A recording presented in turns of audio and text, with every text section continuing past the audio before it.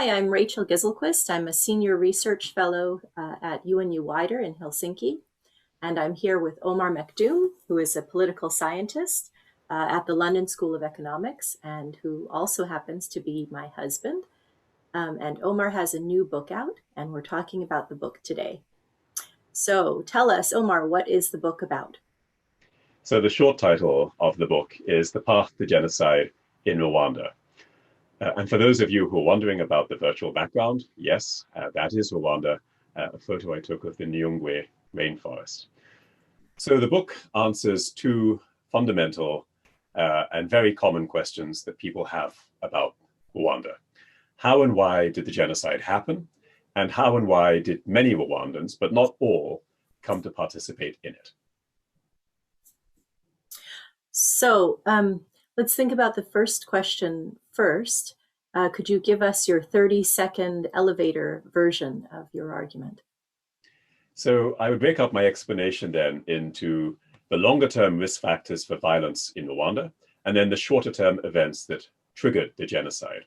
So in terms of long-term risk factors, so Rwanda possessed a number of distinctive structural characteristics that set it apart from other countries in sub-Saharan Africa. But I would highlight one in particular, its ranked social structure, an ethnic hierarchy reinforced in the colonial era, a hierarchy that was, very unusually, violently reversed through revolution upon independence. And it was this distinctive reversal of the social structure that made ethnicity an unusually powerful force in Rwandan society and politics. There were other social cleavages in Rwanda, class, clan, region, religion, but ethnicity was the dominant fault line, and it meant that any political conflict was more likely to follow ethnic rather than non-ethnic boundaries.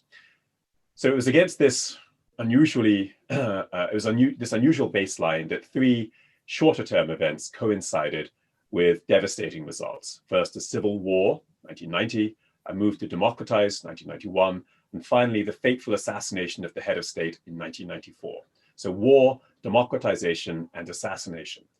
None of these events is unusual by itself in sub-Saharan Africa, but their conjunction in time was unusual, a perfect storm.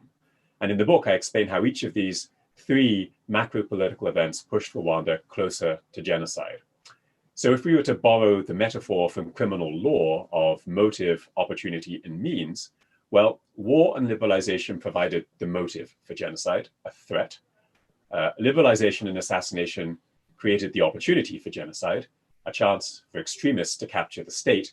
And finally, the state itself represented the means for genocide. The extremists used its capacity and its authority to implement the genocide. So these are also the three central themes in the book's longer title, Security, Opportunity, and Authority. Okay, great. So let's take the second question, the micro question. Why did so many ordinary Rwandans participate in the violence?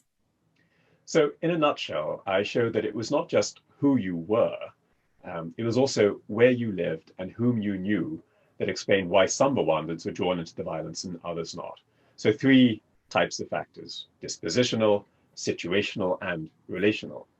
So on disposition, I had surveyed and compared 300 Rwandans who had participated and who had not participated in the violence.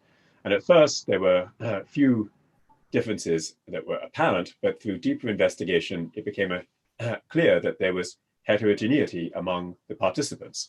So Rwandans varied in their disposition or commitment to the violence.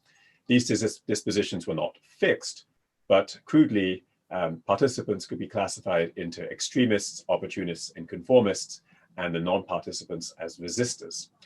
And then on situational, I had geocoded one community that I knew well of over 3,000 Rwandans, creating a map that showed the settlement pattern of the participants, the killers, the bystanders, and the victims. And there was a very clear pattern that the killers lived in clusters close to each other.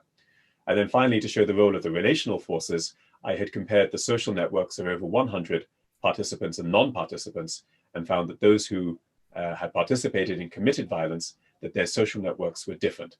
They were structurally bigger. The participants simply knew more people in their communities.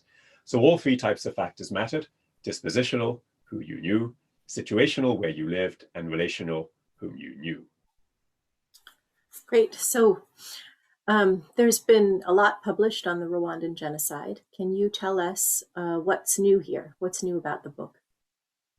Yes, there has been much high quality research on Rwanda that has already been undertaken, and we know a great deal about the genocide thanks to this excellent research. And the book reinforces some of what we already know. For example, the importance of the colonial legacy, the civil war, and the role of the state, for example. But the book also refines the consensus in a number of ways, and I would highlight three contributions briefly. First, the book softens the view that the genocide was the product of elite calculation from the top, and that ordinary Rwandans were manipulated and coerced into participating.